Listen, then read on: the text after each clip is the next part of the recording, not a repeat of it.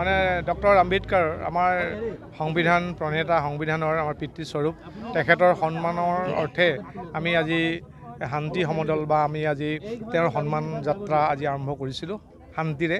কোনো ইয়াত কোনো চৰকাৰৰ বিৰুদ্ধে, কোনো বিশেষ ব্যক্তিৰ বিৰুদ্ধে কোনো প্ৰতিবাদৰ কাৰ্যসূচী নহয়। এই হ'ল এক শান্তি সমদল। আমি দুজনীয়াকৈ এটা পথত আমি শান্তি সমদলে আমি DC অফিচত গৈ ৰাষ্ট্ৰপতি মহোদয়লৈ আমি এখন স্মাৰকপত্ৰ প্ৰদান কৰাৰ কাৰ্যসূচী লৈছোঁ। তো এই কাৰ্যসূচী কৰিবলৈ আহোঁতে আমাৰ গেট আমাৰ জিলা কংগ্ৰেছৰ গেটখন বন্ধ কৰি দিছে। মানুহ বাহিৰলৈ ওলাই আহিব দিয়ে ৱা কি ভাৰতীয় সংবিধানখন এনেকুৱা নেকি, ঘৰৰ পৰা ওলাব নোৱাৰে? দিয়ক এটা অৰ্ডাৰ উলিয়াই দিয়ক, আপোনালোকক গৃহবন্দী কৰা হৈছে, আমি মানি ল'ম, সেইবিলাকো মানি ল'ম আমি। কিন্তু কথা নাই বতৰা নাই, পুলিচে আহি জবৰদস্তি গেট বন্ধ কৰি দিছে, আমাৰ মানুহবিলাক ওলাবলৈ চেষ্টা কৰিছে। এটা হতাহতি আমি তেওঁলোকক জনাইছোঁ যে এইবিলাক নকৰিব, আপোনালোকেও হতাহতি নকৰিব, যে আমিও নকৰোঁ, আমি শান্তিপূৰ্ণ যাত্ৰা কৰিব লৈছোঁ। আমি ভিতৰত আকৌ কথা পাতিলোঁ গোটেইফালে, আমি শান্তিপূৰ্ণভাৱে ওলাই আহিছোঁ, তেওঁলোকে ৰাস্তাতে যি ব্লক কৰি এতিয়া বাধা দিছে। গতিকে আমি আশা ৰাখিছোঁ যে ভাৰতীয় গণতন্ত্ৰত এনে ব্যৱস্থা ল'ব নালাগে যি ৰাইজৰ বিৰুদ্ধে হয় বা ৰাইজক যাতে সংবিধানৰ অধিকাৰৰ পৰা যাতে বঞ্চিত কৰে, এনেকুৱা ধৰণৰ কাৰ্যসূচী ল'ব নালাগে। আজি পুলিচ প্ৰশাসনে কাৰ নিৰ্দেশত নাজানো, কাৰ নিৰ্দেশত এইবিলাক কৰিছে আমি নাজানো, যে জনসাধাৰণক DCক লগ কৰিবলৈ যাব নোৱাৰে।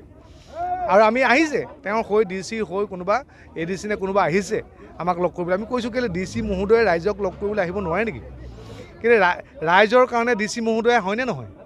এতিয়া আমি মাতিছোঁ তেখেতক, আমি DC মহোদয়ক আমি মাতি পঠিয়াইছোঁ যে ৰাইজক লগ কৰিবলৈ আহক, আৰু আমাৰ যিখিনি কথা বতৰা আমি আপোনালোকক আপোনাৰ যোগেদি আমি ৰাষ্ট্ৰপতিলৈ পঠিয়াব বিচাৰিছোঁ। এতিয়া তেওঁ আহিবনে নাহে, মেজিষ্ট্ৰেট কোনোবা আহিছে, তেওঁ এতিয়া কথা পাতি আছে, তেওঁ কথা পাতি আছোঁ বুলি কৈছে। নহয় আমাৰ এতিয়া ৰাইজ ৰাস্তাত বহি দিলে, পুলিচ প্ৰশাসনে কৈছে আপোনালোকে গাড়ী, আৰে আমিতো ব্লক নাই কৰা নহয়, আমি ব্লক নাই কৰা, ব্লক পুলিচে আমাক ব্লক কৰিছে, আমি ব্লক নাই কৰা। আমাৰ ব্লক কৰা ৰাইজৰ ব্লক কৰাৰ ক'ৰবাত অধিকাৰ আছে নি? পাৰে নি ৰাইজে? আমাক ব্লক কৰিছে পুলিচে, পুলিচে কৈছে আপোনালোকে ৰোড ব্লক কৰিছে, আমি ৰোড ব্লক নাই কৰা। আমি ওলাই আহোঁতে আপোনালোকে মানুহক যাব নিদিয়ে, মানুহ ক'লৈ যাব? ৰাস্তাত বহি দিছে। সমদল যাব দিয়া নাই, ঠিক আছে আমি নাযাওঁ, আপোনালোকে যাব নিদিয়ে, DCক মাতি দিয়ক, বাধা দিছে তেওঁলোকে, ৰছী কিবা কিবি এইবোৰ অসাংবিধানিক কি লগাইছে নাজানো আৰু। গতিকে আমি কৈছোঁ যে আমাৰ ইয়াত এটা বেয়া প্ৰতিক্ৰিয়া হ'ব নালাগে, জবৰদস্তি কথাটো আহিব নালাগে। ই পুলিচ প্ৰশাসনৰ তৰফৰ পৰাই হওক, ৰাইজৰ তৰফৰ পৰাই হওক, যে জবৰদস্তি কথাটো আহিব নালাগে। গতিকে আমি পুলিচ প্ৰশাসনক আজি DC মহোদয়ক অনুৰোধ জনাইছোঁ, আপোনাক আজি লগ কৰিবৰ কাৰণে হাজাৰ হাজাৰ ৰাইজ আহিছে, আৰু আপুনি আহি ইয়াৰ পৰা আমাৰ স্মাৰকপত্ৰ গ্ৰহণ কৰক, আমাৰ কোনো আপত্তি নাই, আমি আপত্তি নকৰোঁ।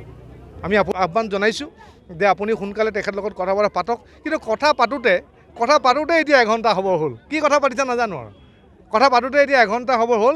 গতিকে ৰাইজক আজি ৰাস্তাৰ ওপৰত থিয় কৰোৱাৰ প্ৰশাসনে যি ব্যৱস্থা কৰিছে এইটো বৰ বেয়া কথা হৈছে। আমি ভৱিষ্যতে কোনেও এনেকুৱা কাৰ্যসূচী একচুৱেলি প্ৰশাসনে আগ ধৰি লয়, ৰাইজে কেতিয়াও এনেকুৱা পৰিৱেশ নিবিচাৰে, অসমৰ ৰাইজে কেতিয়াও এনেকুৱা পৰিৱেশ নিবিচাৰে।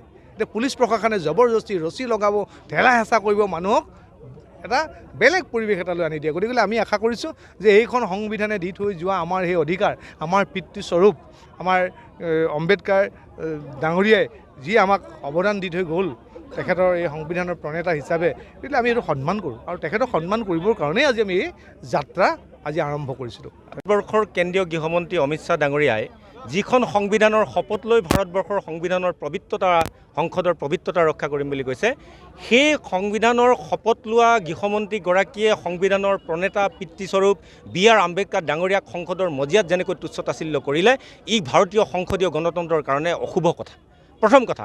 দ্বিতীয় কথাটো হ'ল, যিজন ব্যক্তিয়ে সংবিধানৰ প্ৰণেতাক সন্মান জনাব নাজানে, তেতিয়াহ'লে সেই ব্যক্তিজনে সংবিধানখনক কেনেকৈ পালন কৰিব, সংবিধানৰ নীতি কেনেকৈ পালন কৰিব? সেইকাৰণে আমি দাবী কৰিছোঁ যে কেন্দ্ৰীয় গৃহমন্ত্ৰী অমিত শ্বাহ ডাঙৰীয়াৰ 1 ছেকেণ্ডো শাসনত থকা অধিকাৰ নাই, কাৰণ যিগৰাকী ব্যক্তিয়ে সংবিধানৰ প্ৰণেতাক অপমানিত কৰিছে, সংসদৰ পবিত্ৰতাক বিনষ্ট কৰিছে, সাংসদৰ এজন ভূমিকা আচৰণ কি হ'ব লাগে সেই কথা নাজানে, তেনেজন ব্যক্তিয়ে দেশ কেতিয়াও চলাব নোৱাৰে। তাৰ কাৰণে আমি ভাৰতবৰ্ষৰ সংবিধানৰ প্ৰণেতা ভীমৰাও আম্বেদকাৰ ডাঙৰীয়াৰ সন্মানাৰ্থে আজি আমি এটা শান্তিপূৰ্ণ আমি সমদলৰ কথা কৈছিলোঁ। কিন্তু তাত আজি এই চৰকাৰ, যি চৰকাৰে শান্তিলৈ ভয় কৰে, অশান্তি সৃষ্টি কৰিবৰ কাৰণে চেষ্টা কৰে, যি চৰকাৰে শান্তিৰ কথা কয় কিন্তু অশান্তি বিয়পাবলৈ চেষ্টা কৰে, সেই চৰকাৰখনে আমাৰ মানে চৰাইদেউ জিলা কংগ্ৰেছৰ কাৰ্যালয়টোত আহি প্ৰথমতে এটা তলা লগাই দিলে। আমাৰ গোটেই মানুহখিনিক ভিতৰত লগাই তলা লগাই দিলে, কোনো কথা বতৰা নাই। গতিকে এনেধৰণৰ ৰাজ্যক উত্তেজিত কৰিবৰ কাৰণে তেওঁলোকে যিবোৰ কাৰ্যসূচী লয়, তাৰ জৰিয়তে ভাৰতবৰ্ষৰ সমাজ ব্যৱস্থাৰ, অসমৰ সমাজ ব্যৱস্থাৰ যিটো ঐতিহ্য, যিটো পৰম্পৰা, যিটো শান্তিপূৰ্ণ পৰিৱেশ, তাক আচলতে তেওঁলোকে বিনষ্ট কৰিব বিচাৰিছে। সংবিধানৰ প্ৰতি তেওঁলোকে তুচ্ছ তাচ্ছিল্য কৰি অনাগত দিনত এটা ফেচিষ্ট আৰু খিতলাৰী শাসন প্ৰতিষ্ঠা কৰিবৰ কাৰণে চেষ্টা কৰিছে। তাক কেতিয়াও হ'বলৈ ভাৰতীয় জাতীয় কংগ্ৰেছে নিদিয়ে। আৰু সেইকাৰণে ভাৰতবৰ্ষৰ সংবিধানৰ প্ৰণেতা বি.আৰ. আম্বেদকাৰৰ সন্মানাৰ্থে আজি এই কাৰ্যসূচী লৈছোঁ চৰাইদেউ জিলাৰ সভাপতি উৎপল গগৈৰ নেতৃত্বত। কিন্তু আজি প্ৰশাসনে যি ধৰণে আমাক আচলতে বাধা সৃষ্টি কৰিছে, যি ধৰণে জোৰ জুলুম কৰিছে, আমি অনুৰোধ জনাইছোঁ প্ৰশাসনিক বিষয়াসকলকো আমি জনাইছোঁ, আপোনালোকে যে কাৰ্যনিৰ্বাহ কৰি আছে সেইখন সংবিধানৰ তলতে কাৰ্যনিৰ্বাহ কৰিছে, সেই সংবিধানৰ নীতিমতেই কাৰ্যনিৰ্বাহ কৰিছে। সংবিধানক বিনষ্ট হ'বলৈ, সংবিধানক নষ্ট হ'বলৈ, সংবিধানক অপমান কৰিবলৈ আপোনালোকে সুযোগ নিদিব। তাৰ কাৰণে আমি তেখেতলোকক আমি অনুৰোধ জনাইছোঁ।